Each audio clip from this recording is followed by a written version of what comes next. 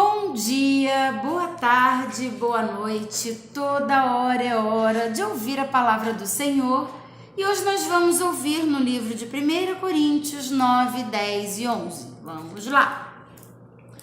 Não sou livre? Não sou apóstolo? Não vi Jesus, nosso Senhor? Não são vocês resultado do meu trabalho no Senhor? Ainda que eu não seja apóstolo para outros, certamente o sou para vocês, pois vocês são o selo do meu apostolado no Senhor.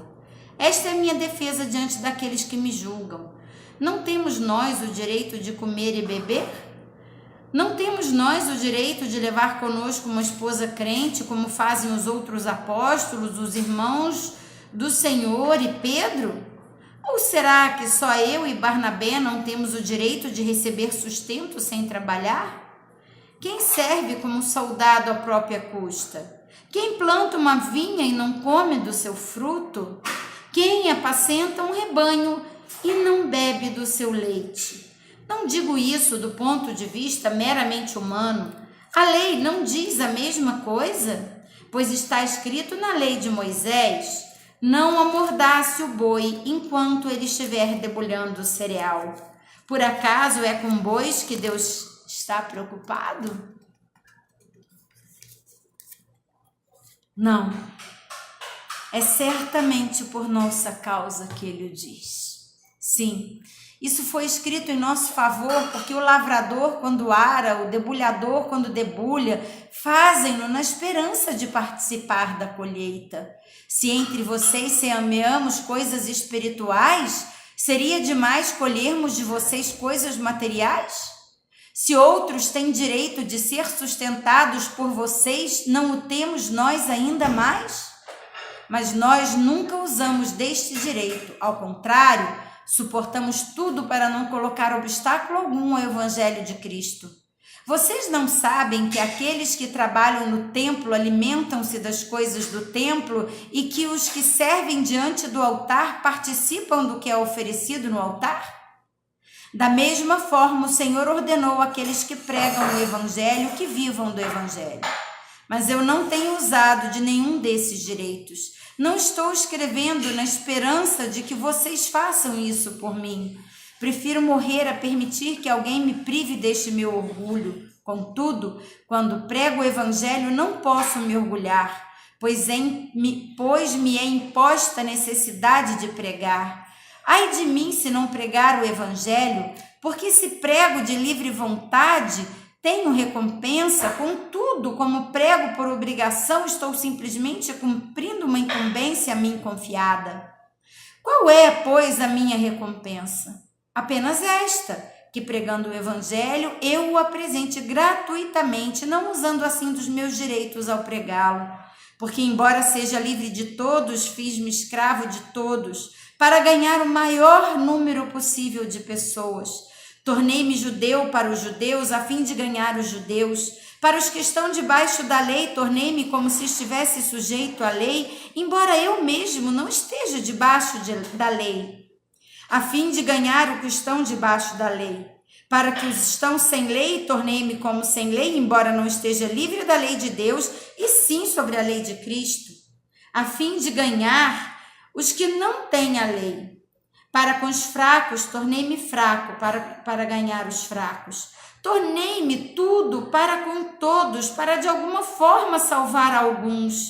Faço tudo isso por causa do Evangelho, para ser coparticipante dele. Vocês não sabem que todos os que correm no estádio, apenas um ganha o prêmio? Corram de tal modo que alcancem o prêmio. Todos os que competem nos jogos se submetem a um treinamento rigoroso para obter uma coroa que logo perece. Mas nós o fazemos para ganhar uma coroa que dura para sempre.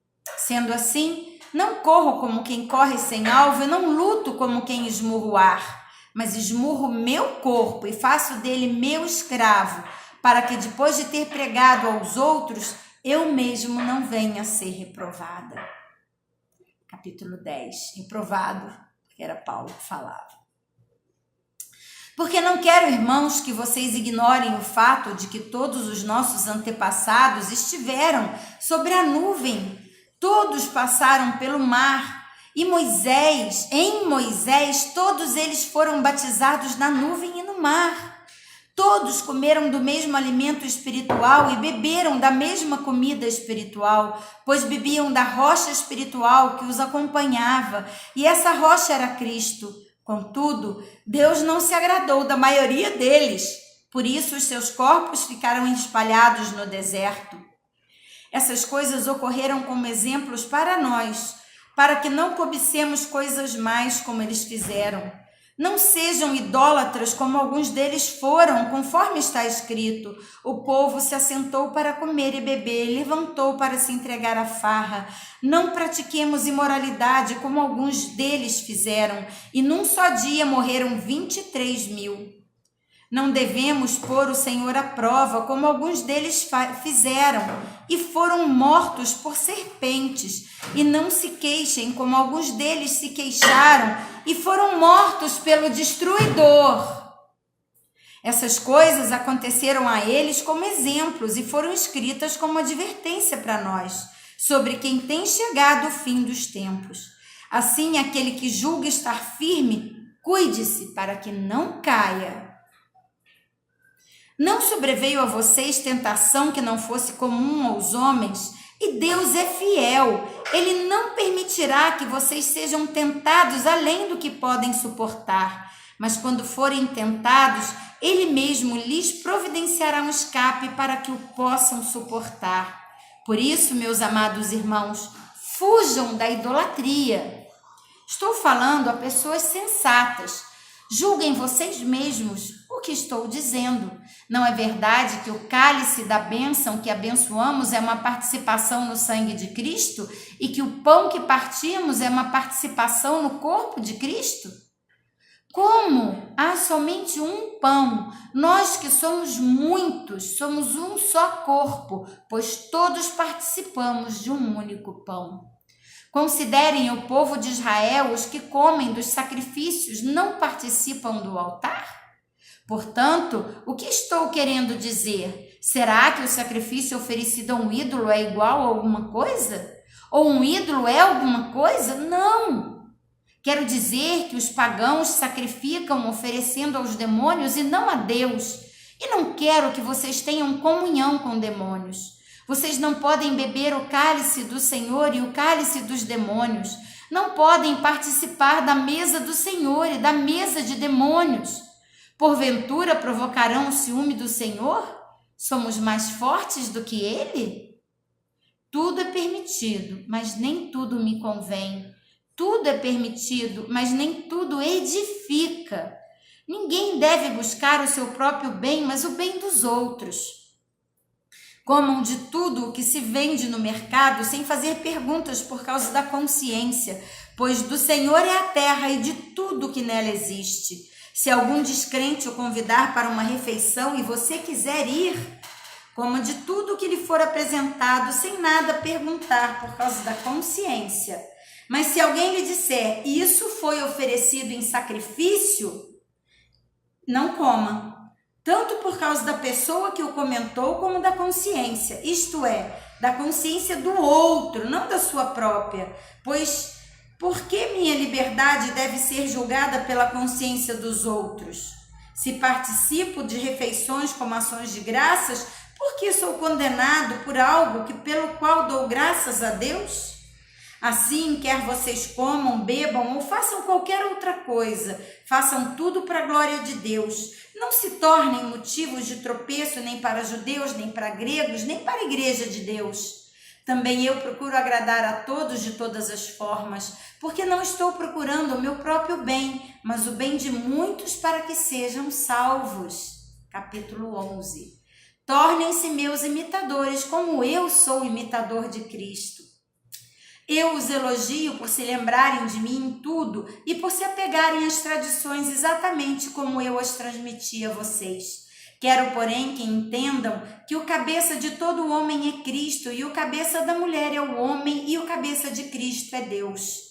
Todo homem que ora ou profetiza com a cabeça coberta desonra sua cabeça, e toda mulher que ora ou profetiza com a cabeça descoberta desonra sua cabeça, pois é como se estivesse rapada. Se a mulher não cobre a cabeça, também deve cortar o cabelo. Se, porém, é vergonhoso para a mulher ter o cabelo cortado ou rapado, ela deve cobrir a cabeça. O homem não deve cobrir a cabeça, visto que é a imagem e glória de Deus, mas a mulher é glória do homem. Pois o homem não se originou da mulher, mas a mulher do homem. Além disso, o homem não foi criado por causa da mulher, mas a mulher por causa do homem. Por essa razão e por causa dos anjos, a mulher deve ter sobre a cabeça um sinal de autoridade. No Senhor, todavia, a mulher não é independente do homem, nem o homem independente da mulher. Pois assim como a mulher proveio do homem, também o homem nasce da mulher. Mas tudo provém de Deus. Julguem entre vocês mesmos. É apropriado uma mulher orar a Deus com a cabeça descoberta? A própria natureza das coisas não lhes ensina que é uma desonra para o homem ter cabelo comprido e que o cabelo comprido é a glória para uma mulher? Pois o cabelo comprido lhe foi dado como manto, mas se alguém quiser fazer polêmica a esse respeito, nós não temos esse costume, e nem as igrejas de Deus. Entretanto, nisto que lhes vou dizer, não os elogio, pois as reuniões de vocês mais fazem mal do que bem. Em primeiro lugar, ouço que quando vocês se reúnem como igreja, há divisões entre vocês, e até certo ponto eu creio, pois é necessário que haja divergências entre vocês para que sejam conhecidos quais dentre vocês são aprovados. Quando vocês se reúnem, não é para comer a ceia do Senhor, porque cada um come a sua própria ceia, sem esperar pelos outros. Assim, enquanto um fica com fome, o outro se embriaga. Será que vocês não têm casa onde comer e beber? Ou desprezam a igreja de Deus e humilham os que nada têm? Que lhes direi? Eu os elogiarei por isso? Certamente que não, pois percebi do Senhor o que também lhes entregarei, que o Senhor Jesus, na noite em que foi traído, tomou o pão e, tendo dado graça, partiu e disse: Isto é o meu corpo que é dado em favor de vós. Façam isso em memória de mim. Da mesma forma, depois da ceia, ele tomou o cálice e disse: Esse cálice é o cálice da nova aliança no meu sangue. Façam isso sempre que beberem em memória de mim. Porque sempre que comerem deste pão e beberem deste cálice, vocês anunciam a morte do Senhor até que ele venha. Portanto, todo aquele que comer o pão ou beber do cálice do Senhor indignamente será culpado de pecar contra o corpo e o sangue do Senhor. Examine-se cada um a si mesmo, então coma o pão e beba do cálice. Pois quem come e bebe sem discernir o corpo do Senhor, come e bebe para sua própria condenação. Por isso há entre vós muitos fracos e doentes, e vários que já dormiram. Mas, se nós tivéssemos o cuidado de examinar a nós mesmos, não receberíamos juízo. Quando, porém, somos julgados pelo Senhor, estamos sendo disciplinados para que não sejamos condenados com o mundo. Portanto, meus irmãos, quando vocês se reunirem para comer, esperem uns pelos outros. Se alguém estiver com fome, coma em casa, para que quando se reunirem, isso não resulte em condenação. Quanto ao mais, quando eu for, lhes darei instruções.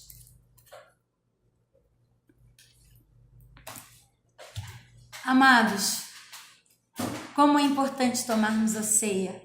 É cura para o nosso corpo e para o nosso espírito força. Nós precisamos realmente olhar para dentro de nós, ver que não temos mágoas, que não temos rancores, porque quando perdoamos somos perdoados, e o perdão não é um sentimento. É tão importante compreender a palavra do Senhor. Ela é luz para os nossos caminhos, e a verdade, ela nos liberta. Então, o perdão é um mandamento. A palavra de Deus nos ensina que quando perdoamos, somos perdoados. Então, o que eu faço? Porque ainda dói o meu coração a mágoa que fizeram contra mim. Amados, é simples, não que seja fácil, mas você ora, libera o perdão para a vida de quem te feriu. E o sobrenatural da cura sobre o teu coração virá do Senhor, que pode todas as coisas. E quando vivemos sem mágoas, vivemos uma vida mais saudável e mais tranquila. Você já se inscreveu no canal? Já? Obrigada. Ainda não se inscreveu? Se inscreva no canal logo aqui abaixo. Deixe o seu like em cada vídeo que assistir e compartilhe para que juntos possamos fortalecer a fé de muitos irmãos com a palavra viva do Senhor, que é o alimento do nosso espírito. Um grande abraço e até amanhã!